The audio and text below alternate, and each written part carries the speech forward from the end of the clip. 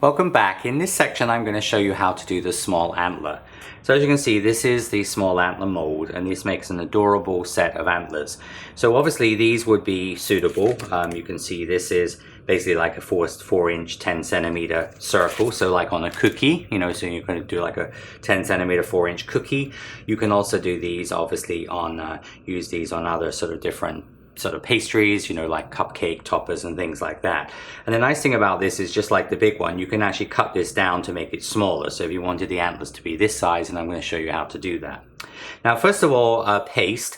I found that because this is a smaller mold, just like I would use in things like my acorns and some of my smaller elements on filler flowers and things, I prefer to just use straight flower paste, petal paste, gum paste. All right. So I'm just using here the flower modeling paste, white, and I just add a little bit of gray to this. Remember, just like the large antlers, you could totally, of course, use obviously homemade paste, but also you could, of course, change the color as well. We could make these in a creamy color, but I found, generally speaking, just this pale gray, as you'll see when I show you the coloring, you can use that and then obviously put brown on top of that, or cream colors as well. So, but of course, totally you can make these in white, or of course you could do them in a creamy color as well. Now, when we make the antler, if you're wanting to wire the antler, so just like I did on the big one, I would use a 24 gauge wire, okay, because I'm going to show you how to do this on one. So just like we did on the large one, you put your wire in there and you bend it to the shape of the mold, you see? So then that would give you your wire. And of course you could make these three-dimensional, but generally on a smaller antler like this would be perfectly acceptable to use just as a half relief antler. Obviously this is the front of it in an arrangement of flowers, or of course use this in a wide arrangement, or and in air drying clay, of course, for household things as well. So when we use this, so this is, as I said, the flower modeling paste. So I'm actually going to use a number 10 small here. So there's going to be a number 10 on the size guide that wants to just go through the hole. All right, so number 10 just goes through the hole. We're going to condition this with just a little tiny bit of vegetable shortening. And we're also going to just take a little tiny bit of vegetable shortening and vegetable fat and just put into the mold. Okay, and you could do this with a brush. All right, now if you are going to use a brush for this, you would keep a brush just for this purpose. All right, so maybe we'll put some tape around there with a label maker, just put on there that it would have fat brush or shortening brush, because obviously the bristles will then get have the oil in them. So then if you use that same brush, even washing it for making dusty and flowers, it's going to smudge. So, but as I said, you just use your finger like I'm doing here. And then we're going to take this, so we're going to just roll this. So once you condition it, just going to roll this into a little sausage. Now this is a little bit more basic as far as like how I'm putting it into the mold. I'm just going to make this into a sausage, basically the length of the mold, sort of like this. All right, like so. I'm going to just dust that with a little, so though we have the vegetable fat or shortening into there, I'm still using a little bit of cornstarch because it just sort of helps to release in addition. So again, what I'm going to do here is I'm just going to just sort of just press this into the mold like this, and I'm going to actually just use my rolling pin. I'm just going to just roll across the top of this. So you see what it's going to do is going to sort of help to push it in, and then you're just going to just take, you're now just going to just press this in with your Dresden tool like this. All right, you see if you have any little areas, you can just bring from here. Just push this into the mold because we want this to sort of be filled level. So just fill this in. You can take then your cosmetic sponge, just going to press this in.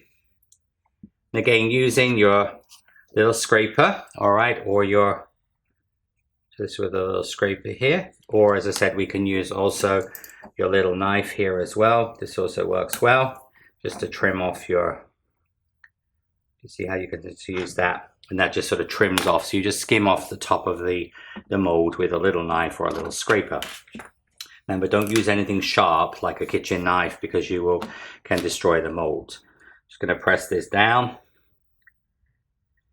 Now, if you're going to put the wire in there, you would do this just exactly the same way as we did the large one. Put a little bit of the softened sugar paste, the gray sugar paste onto there. Put that into the mold and then just embed it into there. Just press it in with the cosmetic sponge. You see, and then when it comes out, obviously it's going to be wired, and then you dry it and then you'd have it wired. I'm going to show this pair, obviously, this is an unwired pair. And when you're doing this, you'll see how this has got obviously to accommodate the wire. So you can just pull that out while it's in the mold, or you can take it off when it comes out. So then we're going to now just turn this over. All right, I'm just going to just peel the paste so you see how the molds release like this. All right, and you can use something I use quite a lot is like a little scraper like this. You see how, and it's just holding, it just holds the pieces while, so you don't stretch them too much. Now, just like before, if you have, sometimes you'll have a little tiny bit of a skin that just like a membrane, it's just the top. You can actually remove this. The little companion tool is wonderful for this. All right, we're going to just take off that little part here, which is where the wire is, because we just want to have, if you're not going to wire these. Okay, let's take this off.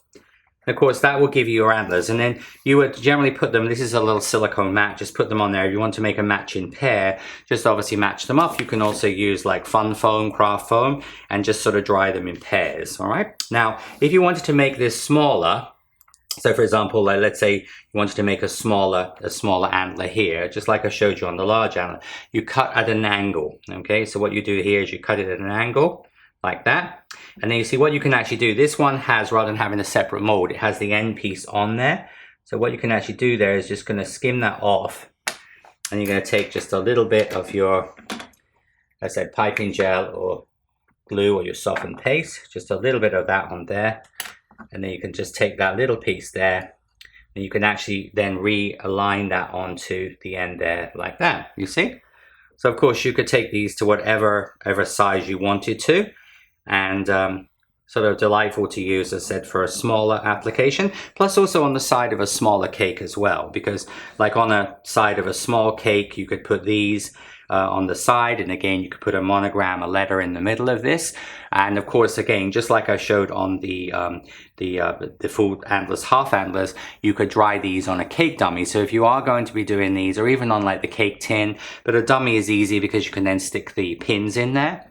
So just get a dummy the same size as the cake is going to be and just dry them, and then of course then they would dry in the natural curve. It's not so noticeable on a small antler like this, because if you are putting that onto a curved surface, it's not going to have a lot of raised part, but as I said, it does make it look sort of more flush to the cake surface.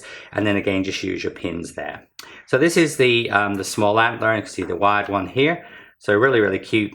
And I mean, you can even use this as coral. I mean, this could be done if you did it in a red or a corally color.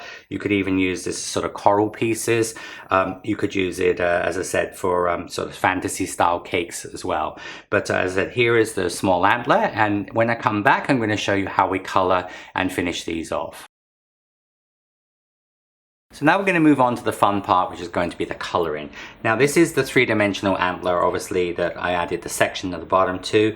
So once that is dry, what I'm going to do is going to take 2 extra 18 gauge wires, and there actually should be room to get at least one of those into the hole, and the second one would just be added to there, just going to give stability to the antler. Okay, and then you're going to take either some gray or some brown floral tape, all right, half width usually, and all we're going to do then is just going to tape this together here. So just going to go around with your floral tape. You could just sort of push this up to the bottom of the antler here, like so, and just tape down like this, all right. Now of course this is quite heavy, but add in the extra wires to this. Just make sure, as I said, and then you're just going to do this with the antler in an upside down position. So this is a project just like the sunflower and some of the other larger flower projects that you do over really a couple of day period. And of course, but using your food dehydrator is going to help a lot if you do have one. And also sometimes people, if you even put the oven on very low, so lowest setting on your oven, and then of course with things like the antlers, you can actually hang those in the on the oven rack. So you see how you're just going to tape down here as far as you want to go. All right, so just going to just tape down with your wire here. And of course you're going to include this into, like for example, into a spray. And of course then you can just finish this off and just cut this to the cut through with my hook. Wire cutters there. There we go. All right, and you see that's going to give your antler, as I said, the more stability on there. This one's still a little tiny bit soft, so you know, really is there, make sure that's totally dry before you would attempt this next step. Now, as far as like when we do coloring on the antlers, there's two ways to do this. On this one here, I did this with dry powder, okay? And this is sort of the tonal color, obviously with a gray back, and I'm going to use some gray color and a little bit of brown onto here. So I'm going to show you that first. So what we're going to do here is going to take your powder here, and then I'm going to start off with a sort of a pale brown. So this is like a chocolate brown, which I've used on the sunflower and things before. And here I'm using just a sort of with the cornstarch or cornflour added to it, just to make a lighter brown. Okay. So what I'm going to do here is I'm just going to take that lighter color, and then what I would do here is with my antler here, I'm just going to sort of just rub this over just sort of gently. So you see I'm using a large brush here, but I'm just going to do this sort of fairly gently over the surface. All right, so you just do this. And basically what you do is you're going to do this all over. I'm just going to show you a little part of this, but you're just going to get this sort of base color onto here. Okay. Then you would take some of the gray. So this is a sort of like a gray color, which is obviously a nice color to use as well. And then you're going to just put the gray on the tips. So you see how the gray will really sort of like blend nicely onto because you've got a gray background, this is really a perfect complement to and of course you would do this all over. Okay, so you can sort of see that you've got the coloring on there, but you see like the gray is just onto the tips here. Okay, and then once you've done the gray onto the tips, the next thing would be done. You can use the same brush throughout. I mean, if you're doing two antlers as well, go ahead and do the base color, the pale chocolate on both of them, and then the gray color. And then you're going to finish that off with some chocolate. So this is just chocolate here. Again, just going to work this onto a napkin or onto there. And you see then when you rub over the top of here, when you go over the top with this darker chocolate, what it's going to be, it's a little bit like when we do a wood rubbing, but you see how it's going to pick up all of that beautiful detail, incredible detail on the mold, you see? So you're just going to as I said, and of course this would be done, just showing you really the top of this, just to give you an idea of the color, all right? But you see how the darker chocolate will just pick up that detail onto there, like so. But as I explained previously, you know, you've got lots of options there as far as sort of the coloring goes. So on, you know, like obviously a small one, as well, you know, you could do the same sort of brown color here. Of course, the small ones are quick to dust. And then just a little bit of gray just onto the tips. Like that. A little bit of brown, pale brown around here. And then you're going to put the darker chocolate, just going to go over the top. That will just sort of pick up the detail on the antler. Okay, so same sort of tonal color, just done on the small one. So that is with dust, and of course you've got many options as far as like with browns and different colors to use. And then you can also you can paint. So we could actually paint the antlers. So these ones have been painted with some gel color. All right, these ones have been done with some metallic and sort of metallic paint, or basically metallic paint. Now, in modern interior design, a lot of antlers are used now in white. So you often see, for example, like white painted antlers. People paint them pastel colors. So especially for those of you working in craft application for sort of home decor, like for example, doing the antlers in gray and then doing silver on them. And so you can use obviously bronze in like silver and bronze sort of dusts and things on them. You could use spray paint on them for interior. Now, as far as in sugar, all right, these are obviously all sugar ones. So first option we have would be to sort of paint them. So this one here is actually sort of, I've done a little bit of the painting on here. So what I've done there is I've just used like just a cream color, so just like a creamy color gel, and then I'm going to use some vodka. So I'm going to take a little bit of vodka here. I'm going to put some of that onto the top because the alcohol will evaporate quickly. All right, and so what I'm going to do here, I'm going to just take a little bit of the brown color here. You see, I'm just going to go over the top of this with just a wash, and I've done this sort of over with a very pale version, and I'm going to just do slightly darker version on here. So you see, I've just gone. So you see, this changes the tonal color of the antler incredibly, you know. So, but you see, it's still gray when I made it. It was still gray. All right, and then I'm going to take a little bit of chocolate brown. So this is going to be just a little bit of brown here. I'm just going to mix a little bit of brown into there. And again, you can just put the brown just onto the tips.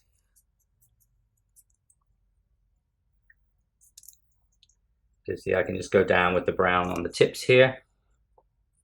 And then I can just go over the surface just lightly. You see how this is going to again pick up the detail of the... So if you were going more for a sort of a brown palette, you know, you could use this sort of color. The other thing you can also do is you could paint this like the base color, the creamy color, let it dry, and then you can actually then, once it's dry, you could go in with brown dust. So you could either do it all painted, or it could actually be done with, as I said, a combination of painting and dusting once the paint's dry. You see how that sort of builds up your brown colors, okay? So you've got those sort of color palette. And then this one here I did just more in a chocolate. So you see I just did that in a chocolate brown color here. Now for the metallic ones, what I've do there is just take actually a metallic dust.